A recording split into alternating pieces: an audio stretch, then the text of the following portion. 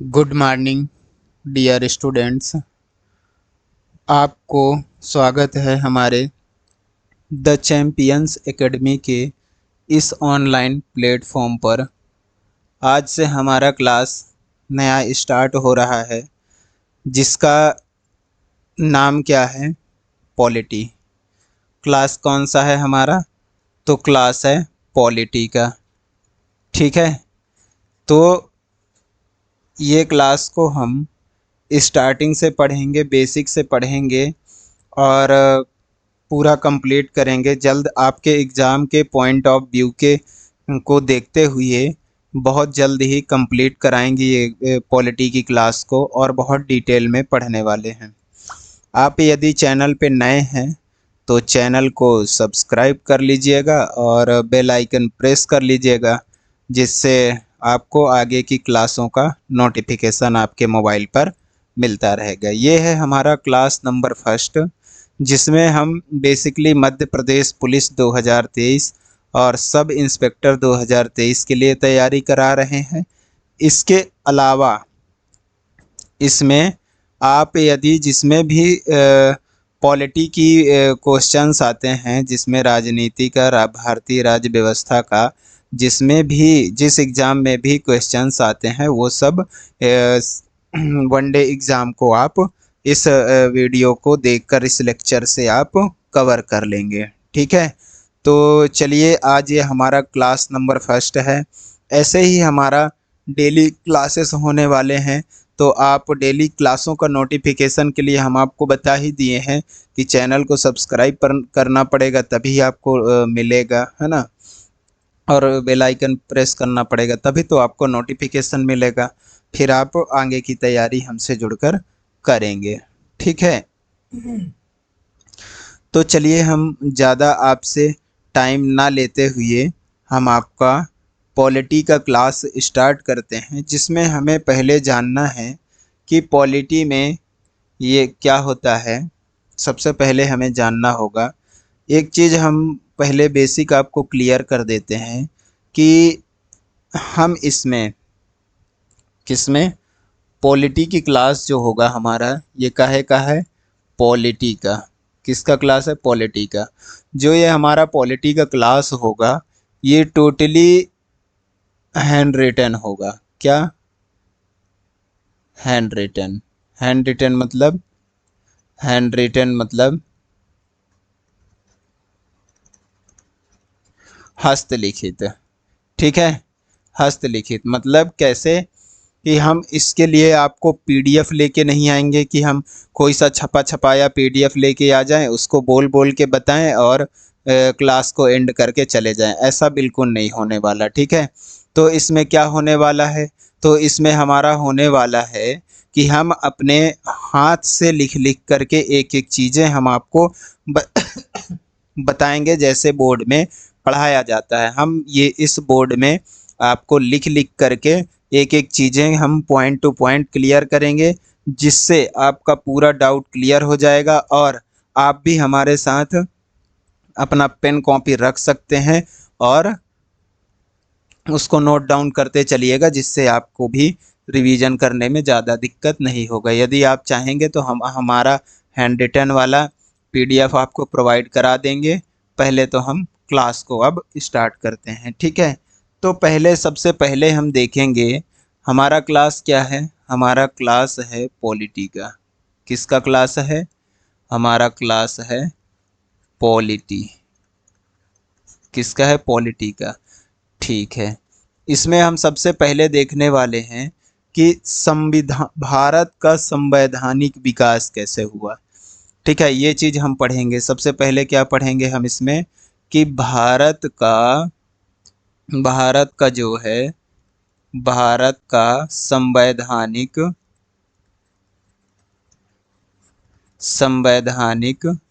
विकास कैसे हुआ। भारत का संवैधानिक विकास हम देखेंगे। ठीक है, ये चीज़ को हम जानने से पहले, तो सबसे पहले हमको ये क्लियर करना होगा कि संविधान क्या है। क्या क्लियर करना पड़ेगा कि संविधान क्या है। इससे पहले हमें क्या देखना पड़ेगा? संविधान। संविधान क्या है, ये चीज पहले हमें देखना पड़ेगा। ठीक है, तो चलिए आइए हम इसको आप सभी के साथ मिल करके हम संविधान को समझते हैं कि संविधान एक्चुअली होता क्या है। तो संविधान एक ऐसा लिखित दस्तावेज है जिसमें शासन के उन मूल सिद्धांतों का उल्लेख होता है जिनके अनुसार किसी भी देश या राज्य की शासन व्यवस्था सुचारू रूप से संचालित होती है। संविधान क्या है, हम आपको बताए अभी। संविधान एक ऐसा लिखित दस्तावेज है, संविधान इसको हम लिखवा देते हैं, आप चाहें तो लिख भी सकते हैं। संविधान एक ऐसा लिखित दस्तावेज है, एक ऐसा लिखित दस्तावेज है जिसमें शासन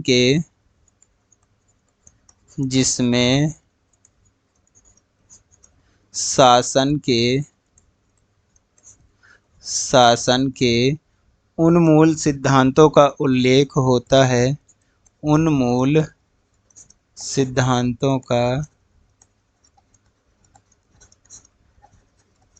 उल्लेख होता है, उन मूल सिद्धांतों का उल्लेख होता है जिनके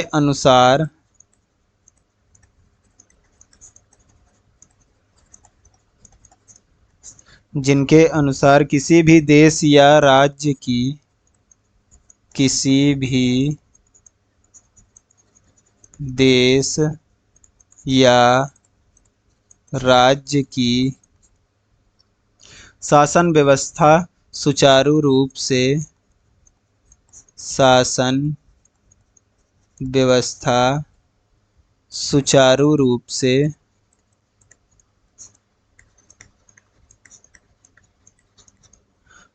रूप से संचालित होती है।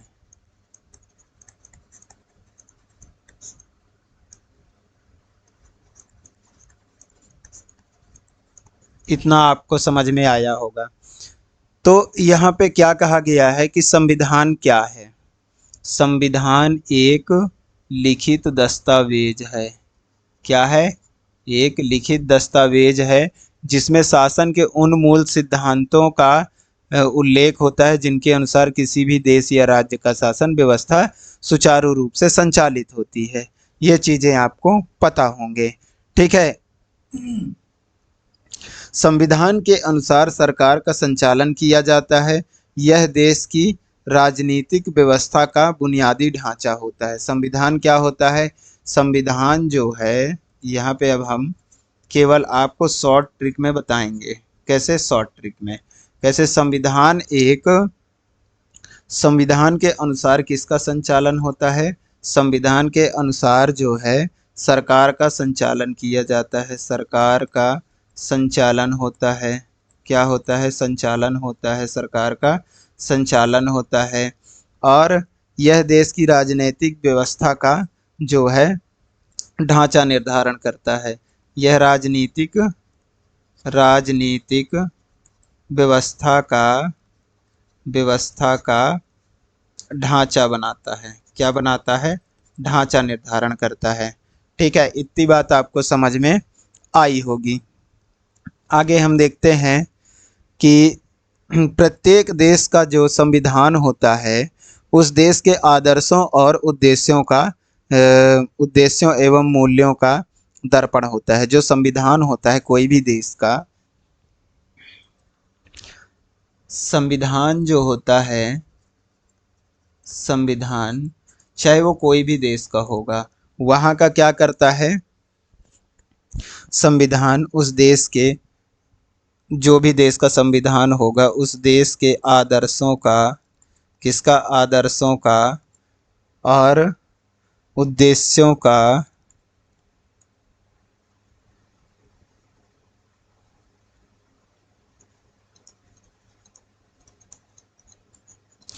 आदर्शों का, उद्देश्यों का एवं मूल्यों का। किसका? मूल्यों का।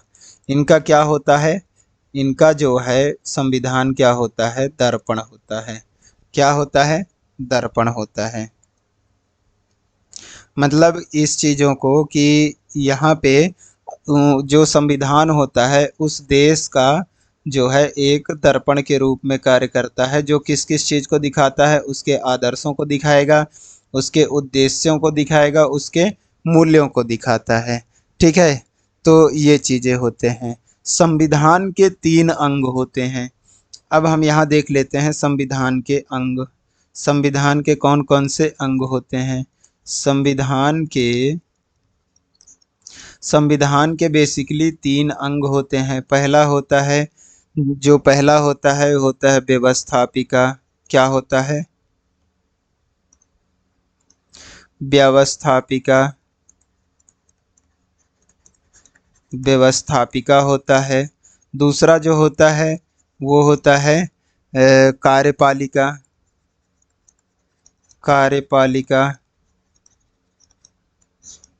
और तीसरा जो होता है वो होता है न्यायपालिका। न्यायपालिका। ठीक है, ये 3 अंग होते हैं किसके? संविधान के। ठीक है, तो व्यवस्थापिका क्या होता है? जिसका नाम से ही पता चल रहा है, व्यवस्थापिका मतलब ये व्यवस्था को देखता है। कि क्या चीज़ को देखता है? व्यवस्था को देखता है। ठीक है, और कार्यपालिका का मतलब आपको समझ में आ रहा होगा।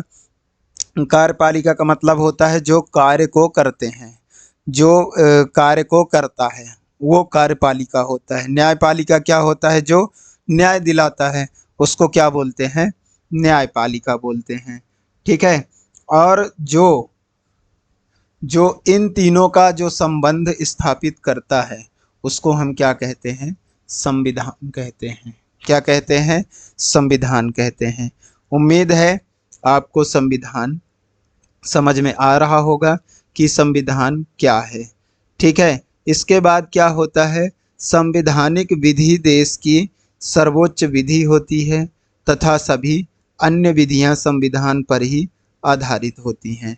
ये चीज़ आपको पता होना चाहिए। ठीक है, अगला हम देखते हैं कि देश की आधारभूत जो विधि होता है उसे संविधान को ही कहा जाता है। देश का जो, यहाँ पे लिख देते हैं हम, देश का जो, देश का जो आधारभूत, देश का जो आधारभूत विधि, क्या आधारभूत विधि होता है वो संविधान को ही कहा जाता है।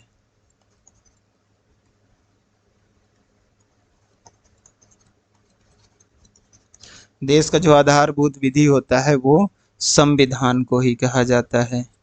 ठीक है, संविधान को ही कहा जाता है। इतना आपको समझ में आया होगा। ठीक है, इसके बाद अब हम आगे देखते हैं कि संविधान का विकास कैसे हुआ। क्या देखने वाले हैं? संविधान का विकास कैसे हुआ।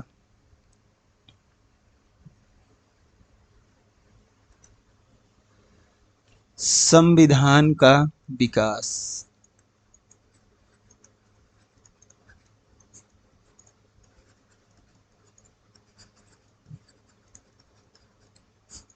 संविधान का विकास कैसे हुआ ये चीज़ हम देखने वाले हैं। किसके? भारत के। किसके संविधान?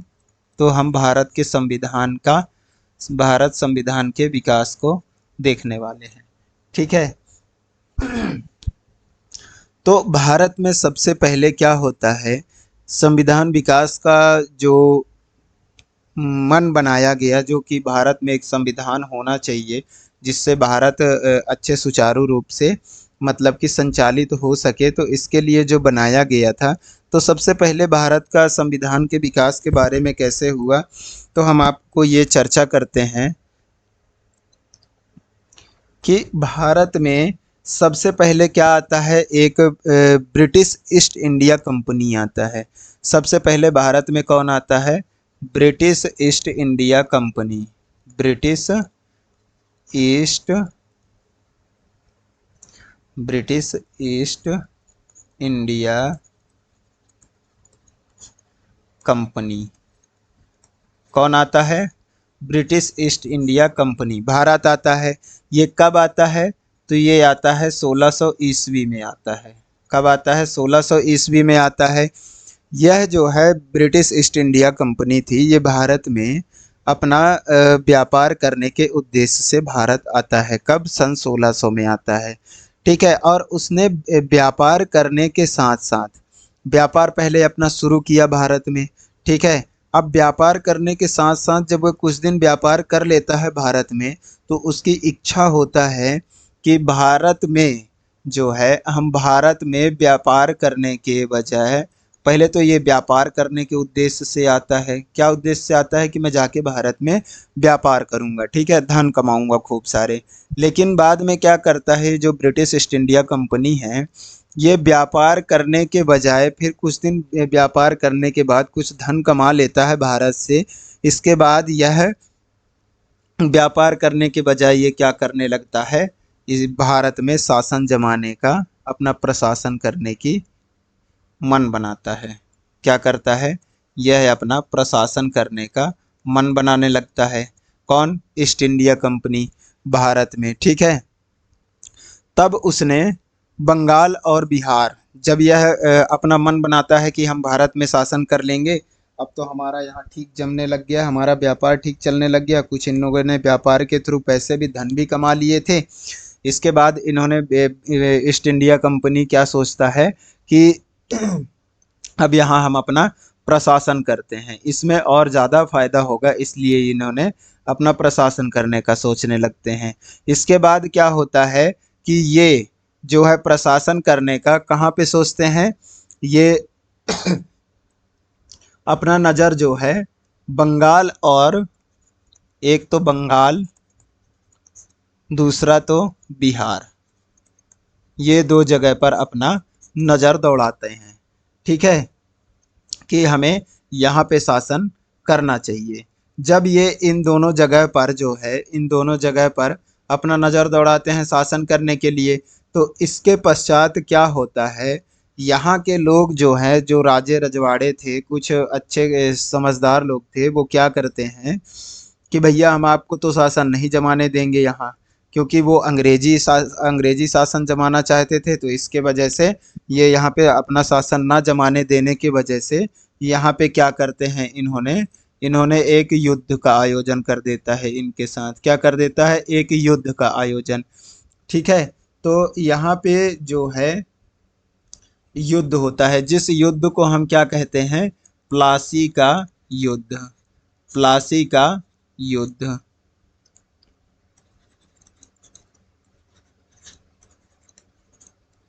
ये लोग युद्ध कर देते हैं, जिसको हम कहते हैं प्लासी का युद्ध। ये कब होता है, तो ये होता है 23 जून सन 1757 में। कब, सन 1757 में क्या हो जाता है, एक युद्ध होता है जिसका नाम होता है प्लासी का युद्ध। अब ये प्लासी के युद्ध में क्या होते हैं कि जो बंगाल के, प्लासी के युद्ध में जो बंगाल के, हमारे बंगाल के नवाब थे, बंगाल के नवाब कौन थे, सिराजउद्दौला। ये जो बंगाल के नवाब थे, ये कौन थे, सिराजउद्दौला। ठीक है, सिराजउद्दौला। ठीक है, ये जो थे, इनको ये अंग्रेजी सेनापति जो थे, उन्होंने परास्त कर दिया। जो इनके ईस्ट इंडिया कंपनी के जो सेनापति थे, उन्होंने इनको क्या कर दिया, हरा दिया। इसके बाद क्या करते हैं, इन्होंने, इनके मन में थोड़ा सा वो आ जाता है, क्या बोलते हैं, उत्साहित, मतलब कि ये खुश हो जाते हैं कि हमने तो प्लासी के युद्ध में बंगाल के नवाब सिराजउद्दौला को हमने क्या किया, हरा दिया। इसके बाद जो है दूसरा युद्ध होता है कुछ दिन बाद। कुछ दिन बाद जो है ये फिर से अपना शासन जमा लेते हैं, व्यापार करने लगते हैं, कुछ धन कमा लेते हैं। इसके बाद क्या करते हैं कि फिर से इन्होंने शासन करने का कहाँ पे, इन्होंने फिर से शासन करने के लिए आगे बढ़ते हैं। तो फिर दूसरा विश्व युद्ध होता है, जिसको बोला जाता है, क्या बोला जाता है, बक्सर का युद्ध। जो दूसरा युद्ध होता है बक्सर का युद्ध होता है, ये कब होता है, तो ये होता है 22 अक्टूबर 1764 को। ये कब होता है, 22 अक्टूबर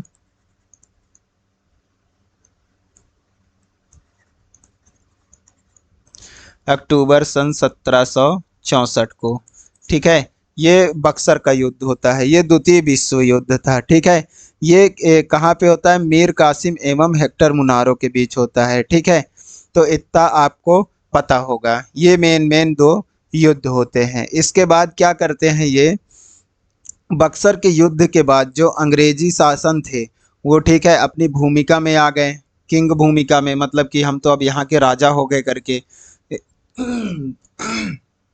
जब ये बक्सर की युद्ध हो गया तब इन्होंने क्या सोचा कि हम यहाँ के क्या बन गए, अब किंग बन गए, मतलब हम ही यहाँ के राजा हैं, हमारा ही शासन चलने वाला है, यानी पहले से अधिक शक्तिशाली हो गए थे ये लोग। ठीक है, फिर इसके बाद क्या होता है, ईस्ट इंडिया कंपनी के सदस्यों को भारत के अंग्रेज नवाब कहा जाने लग गया था। इसके बाद क्या होता है कि जो ईस्ट इंडिया कंपनी के सदस्य थे, इसके जो सदस्य थे उनको क्या कहा जाने लग गया, हमारे भारत में अंग्रेज नवाब कहा जाने लग गया था। ठीक है, कि अब नवाबी यही लोग करेंगे। ठीक है, इसके बाद क्या होता है कि एक प्लासी के युद्ध में जो है ईस्ट इंडिया कंपनी, मैं बताता हूँ आपको, जो ये ईस्ट इंडिया कंपनी थी, ईस्ट इंडिया कंपनी थी, आरंभ में सिर्फ व्यापार करने के लिए अपनी कंपनी लाई थी सन 1600 में। कब, 1600 ईस्वी में। क्या करने के लिए लाई थी अपनी कंपनी, व्यापार कंपनी करने के लिए लाई थी। ठीक है, इसके बाद जो है सन 1757 के, ये जो है 1757 के प्लासी के युद्ध में विजय के बाद बंगाल और बिहार व उड़ीसा में इनका क्या हुआ, कहाँ कहाँ, 1757 में जब प्लासी का युद्ध हो गया था, 1757 में जब ये प्लासी का युद्ध हो गया था, तो ये लोग कहाँ कहाँ, बंगाल, बिहार और उड़ीसा, ये तीन जगह पर क्या कर बैठे थे, ये लोग अपना मालिकाना हक जमा बैठे थे। ठीक है, इन प्रांतों की राजनीति सत्ता हाथ में आते ही कंपनी एवं उसके अधिकारियों में ने भारत में उचित व अनुचित तरीके से खूब धन कमाया। जब इन्होंने यहाँ ये तीनों जगह पर अपना हक जमा लिया तो इन्होंने क्या किया, अपना बहुत सारे हक जमा लिया था, बहुत धन कमाया था, जिसकी चर्चा इंग्लैंड में अब होने लग गई थी कि ये लोग जो ईस्ट इंडिया कंपनी गई है, ये वहाँ जाके भारत में बहुत ज़्यादा धन कमा रही है करके, ये इनका चर्चा इंग्लैंड में भी होने लग गया था। अब इनकी कंपनी की महत्वाकांक्षा बढ़ती गई, इनका बहुत ज़्यादा प्रभाव होते गया। यह दक्षिण भारत के युद्ध में फिर क्या हुए, व्यस्त हो गए थे। इनके जब दक्षिण भारत के युद्ध में व्यस्त हुए तब इनकी हालत थोड़ा सा बिगड़ने लग गए। कंपनी ने तब तक 10 लाख लगभग क्या हुए थे, ब्रिटिश सरकार से क्या किया था, कुछ वो ऋण लिया था। ठीक है, इनका ये ऐसा सिचुएशन था। अब इसको जो है इनका जो भारत में ब्रिटिश इंडिया का क्या हुआ था, थोड़ा सा ये हावी होने लग गए थे, इनका शासन चलने लग गया था। इस वजह से फिर क्या क्या करते हैं कि कंपनी को नियंत्रित करने के लिए, जो ये कंपनी थी, ईस्ट इंडिया कंपनी थी, इसको नियंत्रित करने के लिए एक एक्ट लाया गया। क्या किया गया, एक एक्ट लाया गया, जो था वो एक्ट कब लाया गया था, 1773 में एक्ट लाया गया था, जिससे क्या करते थे कि इसको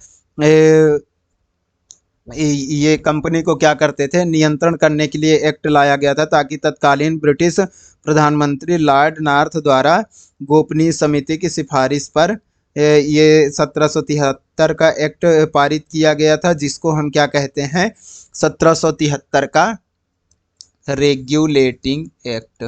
क्या कहते हैं, रेगुलेटिंग एक्ट, रेगुलेटिंग एक्ट, इसको क्या कहते हैं, 1773 का रेगुलेटिंग एक्ट कहा जाता है। ठीक है, तो ये क्यों लाया गया था, ये कंपनी को नियंत्रित करने के लिए लाया गया था। किसके शासन पे लाया गया था, प्रधानमंत्री जो थे, कौन थे, लॉर्ड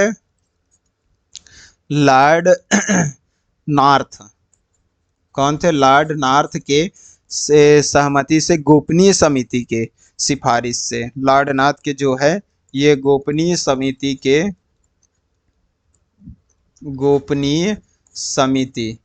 के सिफारिश से क्या किया गया था, 1773 में ये एक्ट को पारित किया गया था, जिसे हम क्या कहते हैं, रेगुलेटिंग एक्ट,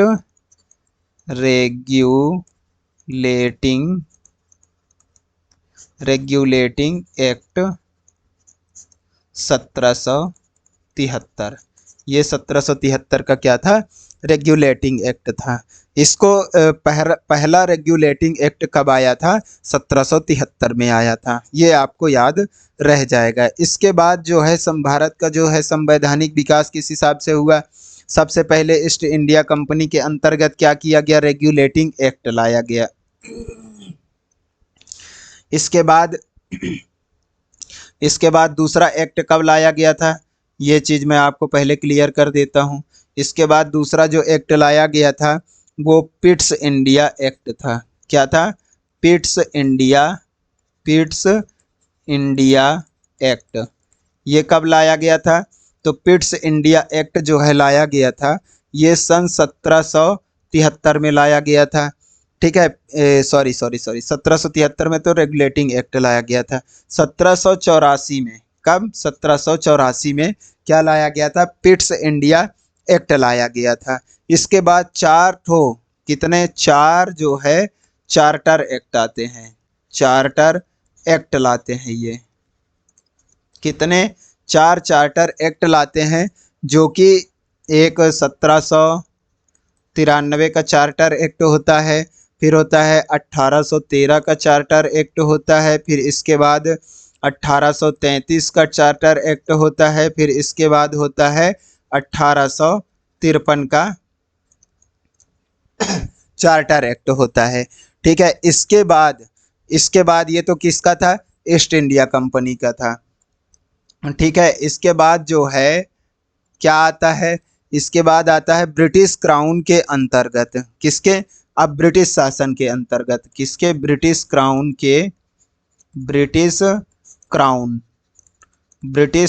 के अंतर्गत कुछ अधिनियम लाए गए थे। क्या लाए गए थे, अधिनियम लाए गए थे, अंतर्गत ब्रिटिश क्राउन के अंतर्गत कुछ अधिनियम लाए गए थे, जिसमें भारत शासन अधिनियम पहले लाया गया था।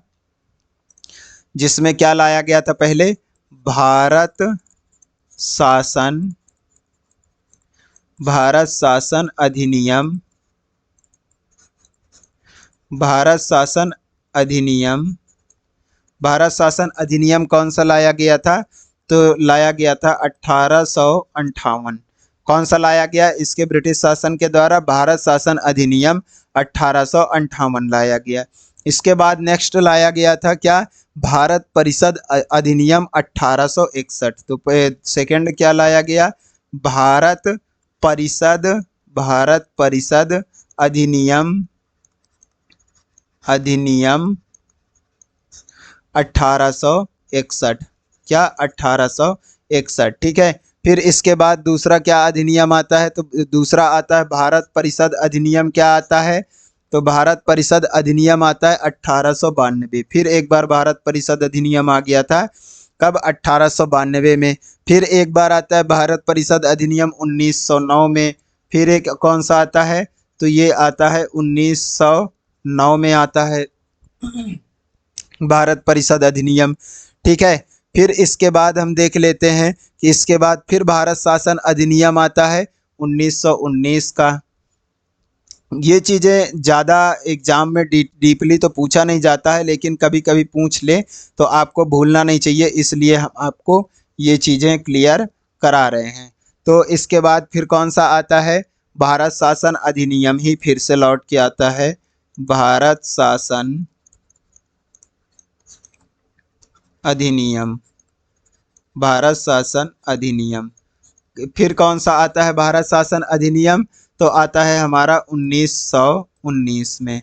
कब आता है? 1919 में। फिर भारत शासन अधिनियम लास्ट वाला आता है भारत शासन अधिनियम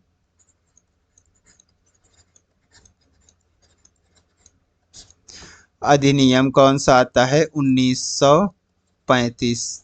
ये हमारा लास्ट अधिनियम था। इसके बाद क्या होता है? इसके बाद भारतीय संविधान जो है भारत स्वतंत्रता अधिनियम आता है। क्या आता है? भारतीय। इसके बाद क्या आता है हमारा? इसके बाद जो आता है उसको बोलते हैं भारतीय स्वतंत्रता अधिनियम। क्या आता है इसके बाद? भारतीय स्वतंत्रता अधिनियम आता है। ठीक है, ये कब आता है? तो ये तो आप सभी को पता होगा कि 1947, जो कि ये अब चल रहा है। ठीक है, तो हम ये चीज़ों को जो इसमें एग्ज़ाम पॉइंट के व्यू से ज़्यादा इम्पोर्टेंट होंगे वो चीज़ों को आपको हम पूरा कवर करवाएंगे। आप इस चीज़ के बारे में बिल्कुल भी चिंतित ना हों। ठीक है, तो हम आगे चलते हैं। हमारा आता है पहले, सबसे पहले हम जान लेते हैं, समझ लेते हैं कि सबसे पहले हम समझ लेते हैं 1773 का रेगुलेटिंग एक्ट क्या था। 1773 का रेगुलेटिंग एक्ट,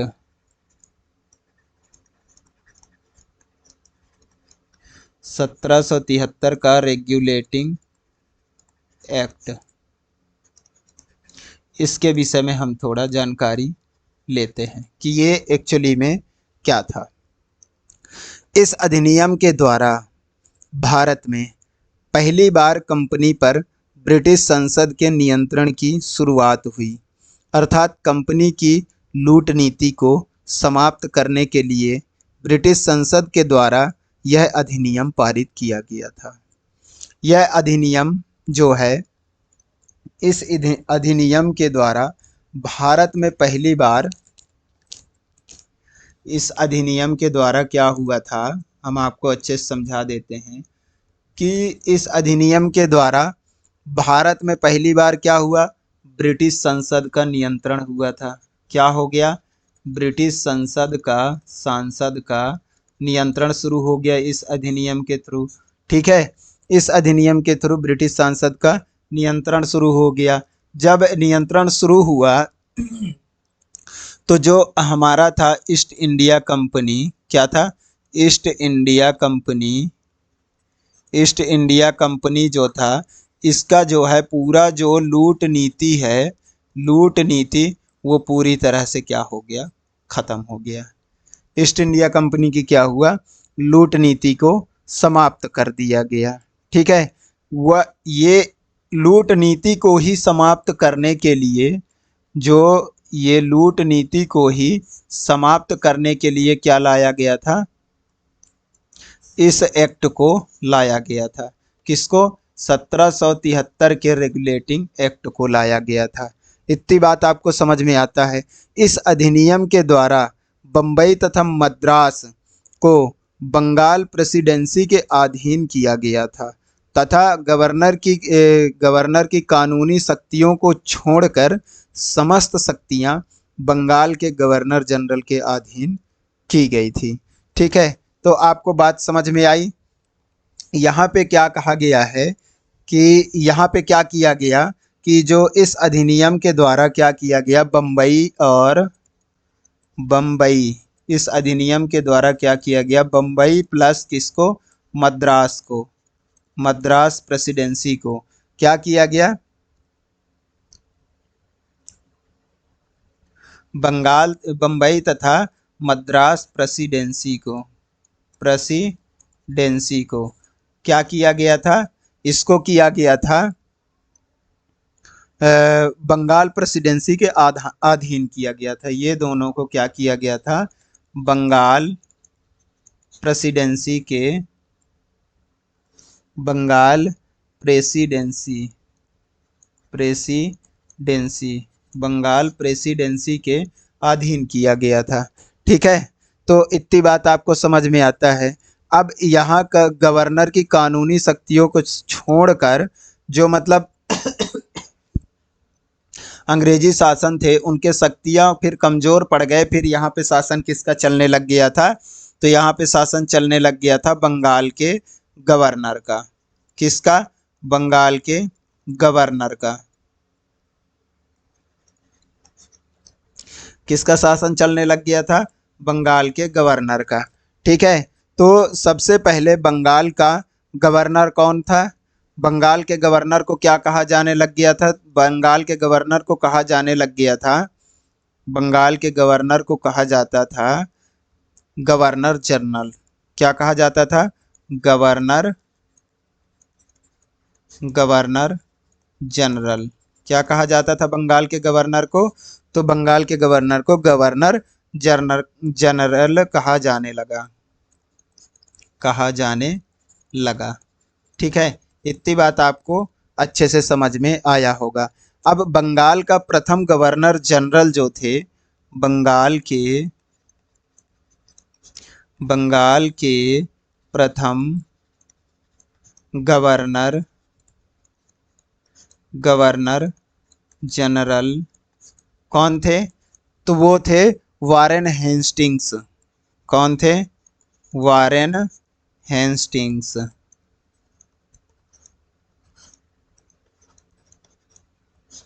बंगाल के प्रथम गवर्नर जनरल थे, तो वो कौन थे? वारेन हेस्टिंग्स थे। ठीक है, तो ये होता है हमारा 1773 का एक्ट होता है, रेगुलेटिंग एक्ट होता है। इस एक्ट के तहत एक चीज़ और लाया गया था। इस इस एक्ट में एक बेसिक चीज़ और लाया गया था, जिसमें कहा गया था कि इस एक्ट के तहत एक क्या होना चाहिए? एक उच्च न्यायालय होना चाहिए। क्या होना चाहिए? एक उच्चतम न्यायालय। क्या? उच्च न्यायालय नहीं, उच्चतम न्यायालय। एक क्या होना चाहिए? उच्चतम न्यायालय। ठीक है, तो जब ये एक्ट में कहा गया कि एक उच्चतम न्यायालय होना चाहिए, कौन से एक्ट में? 1773 का जो रेगुलेटिंग एक्ट था, इसमें बोला गया था कि एक उच्चतम न्यायालय होना चाहिए। तो सबसे पहले भारत में इस एक्ट के द्वारा स्थापित किया गया उच्चतम न्यायालय कहाँ था? तो सबसे पहले बनाया गया था 4 सदस्यीय, मतलब जिसमें 4 सदस्य थे। 4 सदस्यीय न्यायालय बनाया गया था। कहाँ? 4 सदस्यीय उच्चतम न्यायालय कहाँ बनाया गया था? तो ये कलकत्ता में गठित किया गया था। कहाँ? कलकत्ता में गठित किया गया था। ये कब किया गया था? तो इसको गठित किया गया था 1774 में। कब गठित किया गया था? 1774 में कलकत्ता में 4 सदस्यीय उच्चतम न्यायालय का गठन किया गया। क्या किया गया? गठन किया गया। इतनी बात आपको समझ में आता है। यही था हमारा 1773 का रेगुलेटिंग एक्ट। ठीक है, इसके बाद क्या होता है?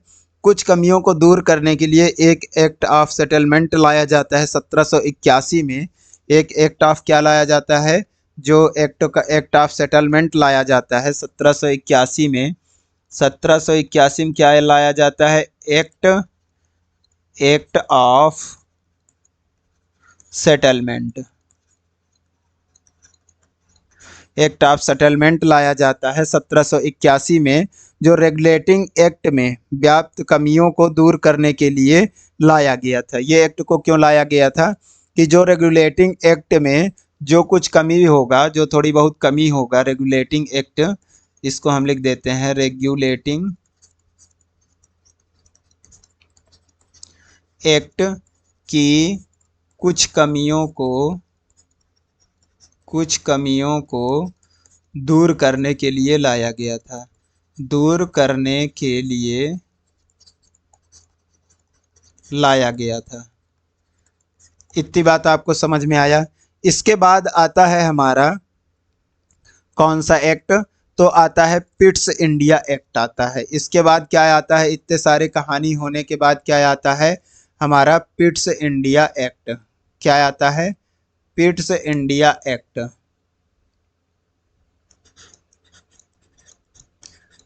Pitt's India act. Pitt's India act जो है कब आता है, 1781। कब आता है, 1781 का क्या है ये, पिट्स इंडिया एक्ट, 1781 में। ठीक है, तो ये एक्ट क्यों लाया गया, चलिए इसको समझते हैं। तो पिट्स इंडिया एक्ट जो है 1784, सॉरी इसको 1781 में तो आया था ना, इसको कब लाया गया था, 1784 में। 1784 में, गलत थोड़ा सा हो गया था। हाँ, तो पिट्स इंडिया एक्ट जो है 1784 में क्यों लाया गया था, इस एक्ट को ब्रिटिश संसद के तत्कालीन प्रधानमंत्री विलियम पिट द्वारा प्रस्तुत किया गया था। किसके द्वारा, मतलब कि ब्रिटिश संसद में जो तत्कालीन प्रधानमंत्री थे वो विलियम पिट थे। कौन थे, ब्रिटिश सांसद थे, जो ब्रिटिश संसद में तत्कालीन जो प्रधानमंत्री थे, कौन थे,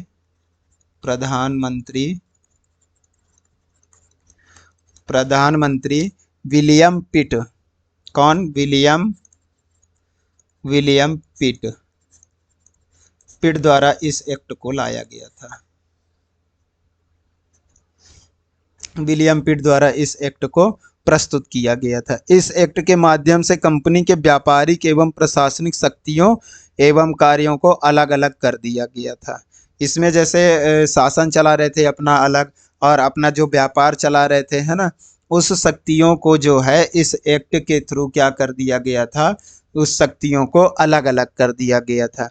कंपनी के राजनैतिक कार्यों पर नियंत्रण करने के लिए 6 सदस्यीय बोर्ड ऑफ कंट्रोल का गठन किया गया तथा व्यापारिक कार्यों पर नियंत्रण हेतु कोर्ट ऑफ डायरेक्टर्स 1773 एक्ट के द्वारा गठित किया गया था। ठीक है, इतनी बातें आपको समझ में आता है।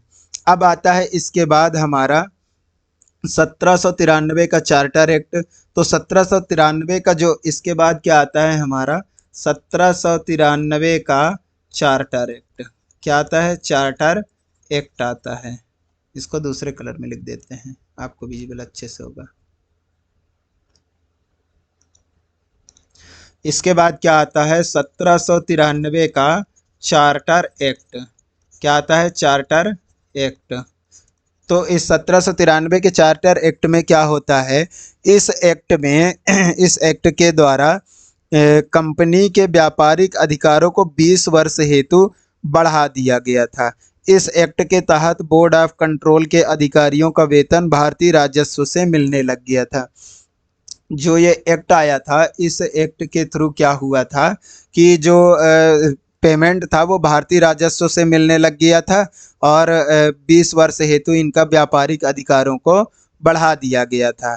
ठीक है, इसके बाद हमारा आता है नेक्स्ट, इसके बाद आता है हमारा 1813 का चार्टर अधिनियम आता है। क्या आता है, 1813 का चार्टर अधिनियम। इसमें भी इसके बाद क्या आता है हमारा 1813 का चार्टर अधिनियम।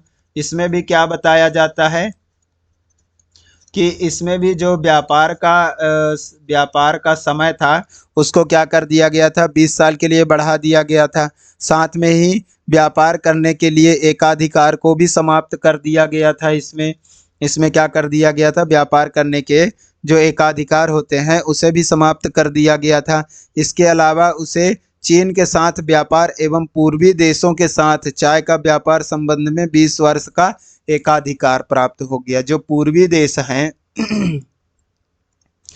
जो पूर्वी देश थे, पूर्वी देशों के साथ किसका, चाय के व्यापार के लिए, चाय के व्यापार के लिए समय कितना कर दिए थे, 20 वर्ष बढ़ा दिए थे। ठीक है, और इसमें चीन के व्यापार के लिए भी समय बढ़ा दिया गया था। ठीक है, एकाधिकार इनको मिल गया था कि ये चीन के साथ व्यापार कर सकते हैं। ठीक है, ये प्राप्त रहा है।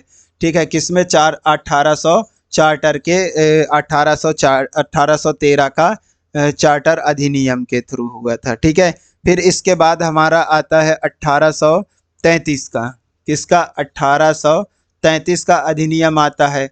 1833 का चार्टर अधिनियम, क्या, चार्टर अधिनियम किसका, 1833 का आता है। तो इस 1833 के चार्टर अधिनियम के द्वारा जो है कंपनी के व्यापारिक अधिकारों को व्यापार करने के लिए जो चाय और चीन देश से के साथ जो व्यापार पूरे तरह से थे ना, उसे क्या कर दिया गया था, समाप्त कर दिया था। जो ये चीनी लोगों के साथ जो व्यापार था उन्हें क्या कर दिया गया था, समाप्त कर दिया गया था। इस अधिनियम के बाद बम्बई मद्रास के गवर्नरों को कानूनी शक्तियों को भी छीन लिया गया था। इस अधिनियम में क्या किया गया था, जो बम्बई था, बम्बई इस 1833 का जो चार्टर अधिनियम आया था, इसमें बम्बई और जो मद्रास थे, बम्बई और जो मद्रास थे, यहाँ के जो ये बम्बई और मद्रास के क्या किया गया था, गवर्नरों की कानूनी जो इनके कानूनी शक्ति था, इनके जो कानूनी शक्ति था उन्हें भी क्या कर लिया गया था, छीन लिया गया था, मतलब हटा दिया गया था। ठीक है,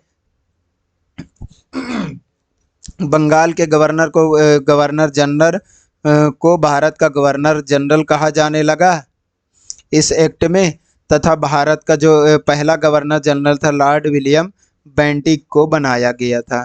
तो भारत का पहला गवर्नर जनरल किसे बनाया गया था, तो भारत का सबसे पहले यहाँ पे बता दें हम, भारत का पहला governor general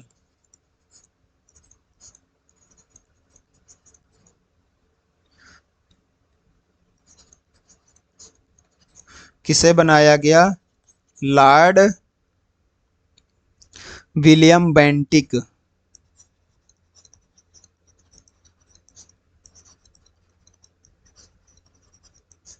Lord William Bentinck को बनाया गया था।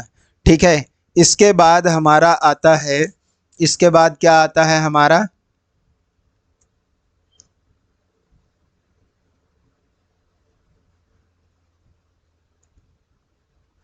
इसके बाद हमारा आता है भारत शासन अधिनियम। इसके बाद क्या आता है, ब्रिटिश शासन, यहाँ तक के जो है जो क्या थे ये, यहाँ पे जो पुराना था गवर्नर क्या थे ये,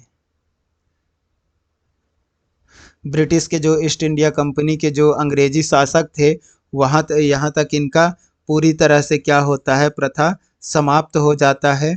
और यहाँ पे इनको बोला जाता है कि तुम क्या करना, एक आवश्यक कदम उठाना जिससे कोई गैर कानूनी ना हो, ऐसा इनको निर्देश दिया जाता है। ठीक है, भारत में दास प्रथा को यहाँ पे क्या किया जाता है, यहाँ पे दास प्रथा को ख़त्म कर दिया जाता है। किसको, दास प्रथा को गैर कानूनी घोषित कर दिया जाता है कि राजा का बेटा राजा नहीं होना चाहिए, ऐसा वाला सिस्टम कुछ था जिसको क्या कर दिया जाता है, ख़त्म कर दिया जाता है।